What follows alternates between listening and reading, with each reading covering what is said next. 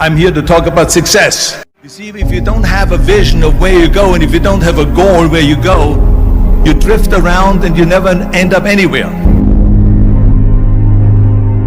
74% hate their job in America. The majority of people don't like what they're doing because they're really not doing it because they didn't have a goal and they followed this goal. They just aimlessly drift around, and then all of a sudden there's a job opening, so they get their job because you have to work. But then when you work, it's a chore. It's work. It's not fun. So if you think about, only a quarter of the people really enjoy what they're doing in life. So people always ask me, when they saw me in the gym in the pumping iron days, they say, why is it that you're working out so hard? 5 hours a day, 6 hours a day, and you have always a smile on your face. The others are working out just as hard as you do, and they look sour in the face. Why is that? And I told people all the time, I said, because to me, I'm shooting for a goal. In front of me is the Mr. Universe title. So every rep that I do gets me closer to accomplishing that goal, to make this goal, this vision, turn into reality.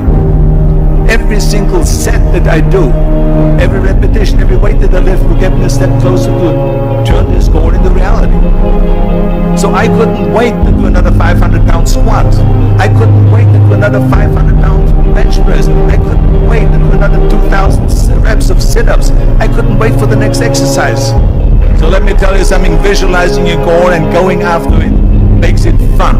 You've got to have a purpose no matter what you do in life. You've got to have a purpose. And Muhammad Ali worked his butt off. And I saw it firsthand. And I remember that there was a sports writer that was there in the gym, and he was working out, and he was doing sit-ups. And they asked him, how many sit-ups do you do? And he said, I don't start counting until it hurts.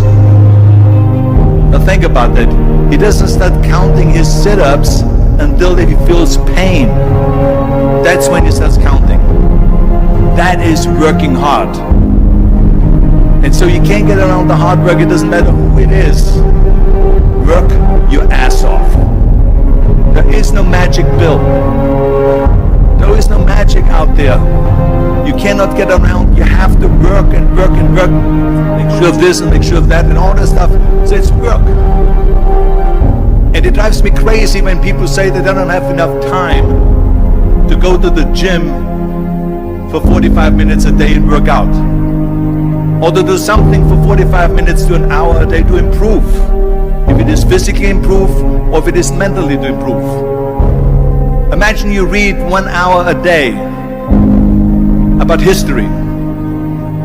How much you will learn after 365 hours in 1 year. Think about if you study about the history of musicians, of composers, how much you would know. Imagine if you would work on a business, on some business that you want to develop every day for an hour. Imagine how further along you will go and get. So it drives me nuts because we have, when people say we don't have the time, we have 24 hours a day.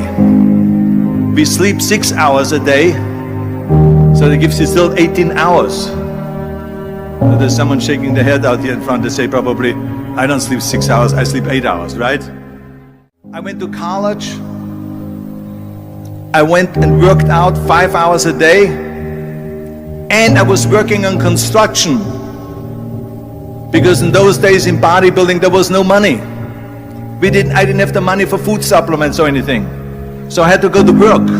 So I worked on construction. I went to college, I worked out in the gym, and at night from 8 o'clock at night to 12 midnight, I went to acting class 4 times a week. So I did all of that. There was not one single minute that I wasted.